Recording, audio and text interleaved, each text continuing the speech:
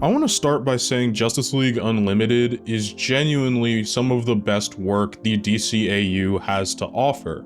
It's a genuinely great show and has a lot of great concepts and ideas, but I felt like when it came to the episode Epilogue, it completely dropped the ball in tying in Batman Beyond. It's funny because Epilogue does such a great job to build upon the foundation of DCAU's Batman and to make him look like an even greater character, but in that same vein, it tears down Terry McGinnis and makes his character far worse, while undermining the entire core theme of Batman Beyond the show in its entirety. And it's pretty frustrating when I look back on it, because half of the episode is so great, and the other half just feels stupid. Okay, stupid is a really harsh word, but I feel like it goes against the core beliefs of the show itself, and also goes against what makes Terry such an interesting character in my opinion. And what does make Terry such an interesting character? Oftentimes when we see successors to the Cowl, it is a direct lineage of Batman, whether an adopted kid of his or his own son in Damian. We are often seeing these people be prized and poised and grown throughout their life and kind of groomed to be like Batman. Despite what some of my favorite interpretations of Batman have, in which he wants specifically Dick Grayson's Robin to be better than Batman, a lot of the times he wants Dick to be Batman because he believes Dick Grayson will be a better Batman in the long run than Bruce ever could be. And what makes Terry so interesting is that he's the absolute antithesis of this. He was never trained by Bruce. He is just a random smart-mouthed kid who finds himself in a far-off future that doesn't have a Batman anymore. There was nobody to continue to take up the mantle because everybody abandoned Bruce. Eventually his crusade and that dark thing that drives him to do what needs to be done pushed everyone out of his life. And now Alfred is gone and the only thing he has left is his dog and himself.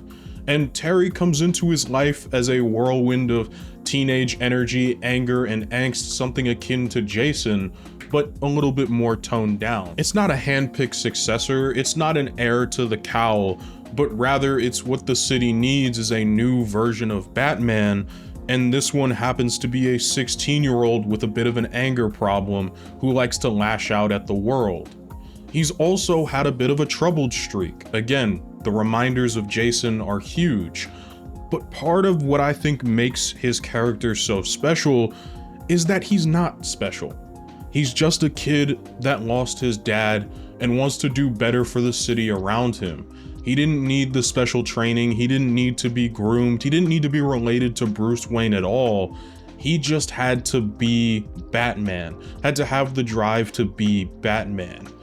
It's what makes it so much fun to have a legacy character is that sometimes it's the person you least expect that will pick up the mantle and do so well with it. And over about 4 seasons of TV, we saw Terry McGinnis grow into his own Batman and make great strides towards being a better person, being a better Batman, and for the show being one of my favorite DCAU projects ever. And it even had a bunch of crossovers with the best DCAU project ever, shout out Static Shock, don't at me. But eventually every great show has to come to an end, and Batman Beyond did. The creative visionaries moved on, but when it was time to bring the character back, they decided on 2 separate things. One was a time travel bullshit episode, which I found to be a lot of fun, but is more or less ineffectual for this video. No, it's rather the second time that he appears and his final appearance in the DCAU that left the worst taste in my mouth personally, and that's Epilogue, if you haven't gathered that from the beginning. Hopefully I haven't bored you all with the setup.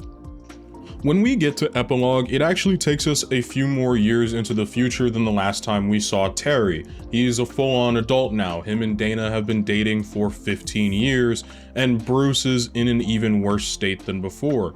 Ace is no longer anywhere to be found because, unfortunately, he most likely passed away. We're looking at least about, I think, 10 years in the future from where we were during the previous season. So Terry's a full-grown adult, and he's looking a lot more like Bruce. And he's acting a lot more like Bruce than ever before. He is keeping his family members and the ones that are closest to him at an arm's length, much like how Bruce did. He is alienating the people close to him in the exact same way, and it's leading to the exact same outcome that Bruce found himself at.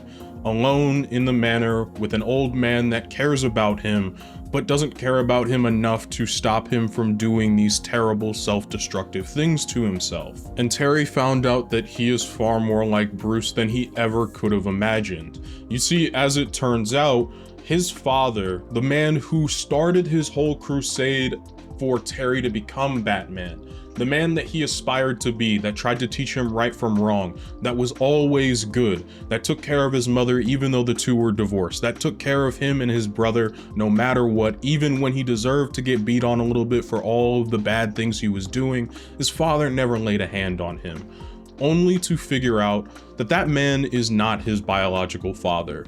No, his biological father is Bruce Wayne, and Terry feels as though Bruce is stealing the memory away of his father. All while Bruce is unable to be the father that Terry could have ever wanted him to be. My point is, I never once doubted that he loved me with all his heart. My point is, all those warm feelings I had for my dad, turns out they were just another lie. Another in the long list of things you've stolen from me. My point is, I just found out that Warren McGinnis isn't my father. You are. And with all of this revealed to him, Terry is frustrated and goes to the one person he thinks will have answers, that being Amanda Waller. At this point, he still believes that Bruce did this on purpose, either did some sort of gene editing to him, or some sort of manipulation to his DNA, as Bruce had never even met Terry's mother until he was 16 years old himself. So he's trying to figure out and find the answers, and at the same time he levies a lot of accusations at Bruce of being a bad person, of being miserable, of being terrible. And this is where Waller obviously regales us with one of the most beautiful Batman stories I've ever seen personally. Again, already made a video on it, so I don't think I need to spend much more time talking about just how great Bruce's version of Batman is here. But when that feel-good story is finally over, Waller reveals that it was actually her who set up Terry to be Batman. She saw Bruce was aging, getting older, getting weaker, getting sloppier, and she decided that there needed to be another Batman, no matter what the cost was. So she, without Bruce's permission, took his blood and completely overwrote Warren McGinnis's DNA with Bruce Wayne's DNA. She picked out a couple that she thought would be perfect to replicate Bruce Wayne's upbringing. Sure, they might not have been rich, but they matched all of these psychological profiles she needed. And ultimately, Terry was born. And at that time, she had arranged for one final thing. As Terry leaves the theater watching a film of a vigilante in the far-off future, his parents were going to be murdered, just as the Wayne family were all the way back when Batman needed to be born himself.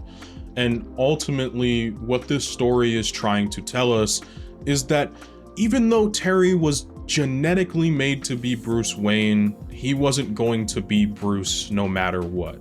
Waller's plan failed. Her assassin decided that it was not worth going through all of that pain and causing it to another child just so that they could have another Batman, that there would be a better way. And Waller tries to explain all of this specifically through her faith to Terry, because it was clear regardless of her actions, Terry would end up being Batman anyways.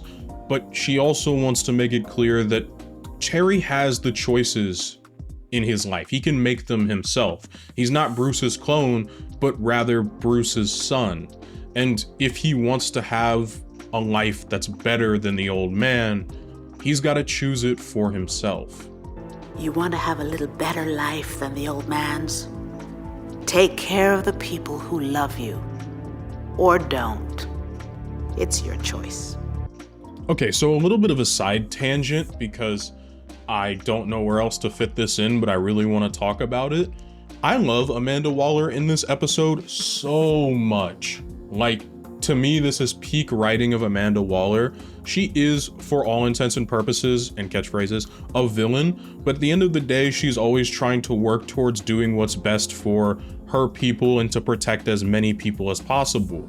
And I love the idea that her twisted vision of protecting as many people as possible is to make a Batman, but in doing so violate the entire mythos of Batman and violate the idea of Batman by orchestrating another one, by killing another young family, by overwriting their DNA, overwriting their will, and causing the same trauma that Batman goes out on the street every night to try and prevent. It's such a perfect Amanda Waller way of looking at how there can be another Batman. It's so perfect and so amazingly well written on Amanda Waller's portion that I just want to mention it because I don't hate this episode. I just don't like what it did for Terry McGinnis. As a matter of fact, I think this episode is great for Ace. I think this episode is great for Batman. I think this episode is great for Amanda Waller's character, especially Amanda Waller's character. I mean, this is just peak writing for every single character involved except Terry. And that's why it sticks out like a sore thumb to me, and that's why it bothers me so much. And as I'm editing this, I also just realized this is the ending of the Cadmus arc, so it's even more thematic that Waller would be involved with genetic tampering on this level, and just does even more to build out her character to be slightly more sympathetic and just more enjoyable overall as an antagonist. Again, amazing work with her, an amazing way to connect back to what we just saw through the Cadmus arc, which had a lot of genetic editing itself, but just the wrong character to do it with in Terry. And so ultimately, that's what Terry does. He doesn't try to be bitter and old and angry like Bruce.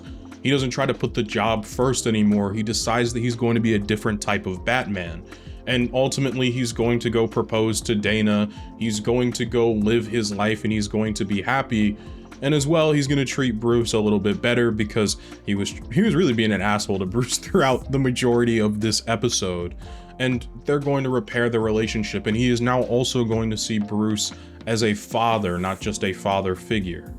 And it's right here where my issues with Epilogue come to the forefront. You see, Terry McGinnis was always billed as being different from Bruce Wayne. He was always billed as willing to open up his circle larger than Bruce was. I mean, he told Max with very little hesitation that he was Batman. He wanted to have people that worked with him. He wanted to have relationships outside of the cape and cowl, and he often fought to do things that weren't just Batman oriented. He wasn't really that similar to Bruce at all, but rather Epilogue paints him as though as he gets older, he's just completely like Bruce Wayne. And I think that really sucks because it takes out what makes Terry Terry and forces him to go through another bit of self-discovery to find that he needs to be himself once again. Another thing that bugs me is, what's the point of making Terry Bruce's genetic clone at all? Like, why did we do that at all? It doesn't make any sense to me because you can tell this entire story front to back without Terry being the clone of Bruce Wayne. What does him being Bruce's genetic clone add to the story of Batman Beyond? And what does it add to Terry's character? And what does it subtract from his character as well? Honestly, him being the clone of Bruce, I don't feel like adds anything to his character, but rather regresses it. It puts him in a box, in my opinion. It limits Terry's ability for growth and upward movement in being his own character, and treats all of the development that he went through during Batman Beyond as though it doesn't matter. Because at the end of the day, he was always going to be Batman. And I know they're trying to tell the story of your genetics don't define you, fate is not set in toe, you can do and be whatever you want. But I feel like Terry was already telling that story because Terry starts off as a punk, a criminal, and a genuinely not good person, and ultimately throughout the show grows to be a literal hero. He proves to everyone that it doesn't matter where you started from or the position you were born in or what genetics you have, you can grow to be something great. And this epilogue just throws it away so that it can tell the same story but with a different coat of paint. So after a little bit of digging, and take this with a massive grain of salt, from what I can find online, this was at least always in the back of the showrunners' minds while they made Batman Beyond, and was actually going to serve as the plot to the second direct-to-DVD movie that was planned for Batman Beyond, but due to the fact that Batman Return of the Joker was viewed with such negativity due to the quote-unquote grotesque violence that was shown in the movie, that second direct-to-DVD film was ultimately canceled, and that idea ended up being used for Epilogue. And I think here's the thing, I don't dislike this idea, but I don't like its execution, because rather it tells the same story again and undermines a lot of the character growth we saw Terry engage in throughout his original run as Batman Beyond. I think there could be some interesting storytelling potential there, but I don't think it could be summed up in one 12-minute episode, because realistically, the other 12 minutes of this 24-minute episode was spent on Bruce Wayne and fleshing out his compassion and fleshing out his character even more, and giving Kevin Conroy so many great lines. I don't know, it just fries me because you can tell this entire story without the cloning subplot entirely.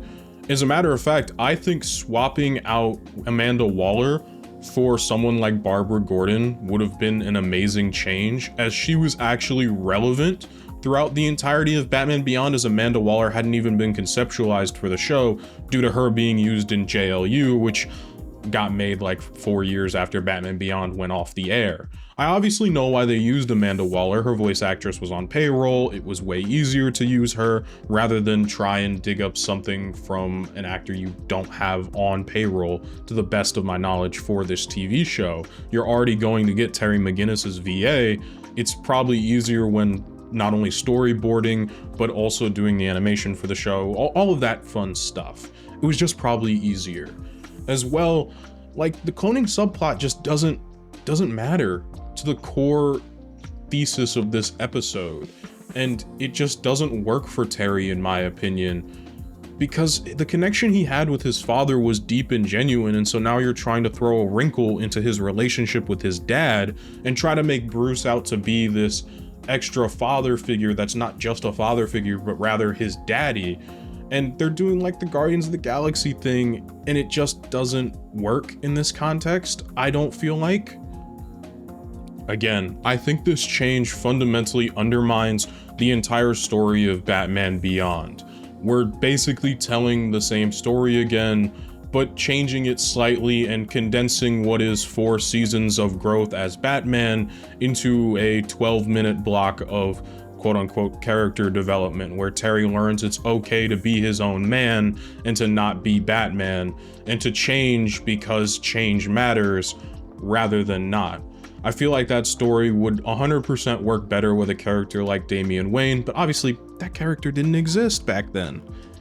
It could have worked better with Nightwing.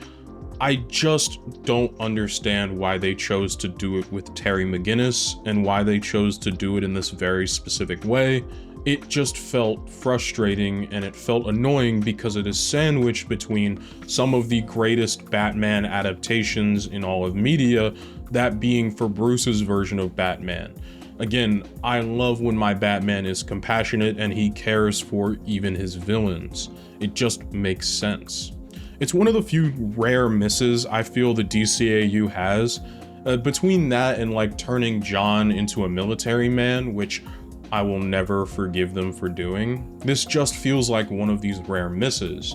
And it's funny because Batman Beyond is a completely original character to the series, so they can realistically do whatever they want with that character, but ultimately they just chose to do this and rehash an old plot. And one final thought before I let you all go is that this is canonically the last appearance of Batman Beyond in the DCAU, like in cartoon form. I believe there's a comic out there that is involving this show. I can't remember if it's canon or not, but as far as I can know right now, this is the last appearance of Terry McGinnis's version of Batman, and unfortunately it's sandwiched in a subpar story for his character, which sucks because his show was so amazing. I've talked about Batman Beyond a lot on this channel because I grew up watching it on Boomerang. I absolutely loved it. It was beautiful, it was great, And I truly, truly wished I could have had more of it growing up.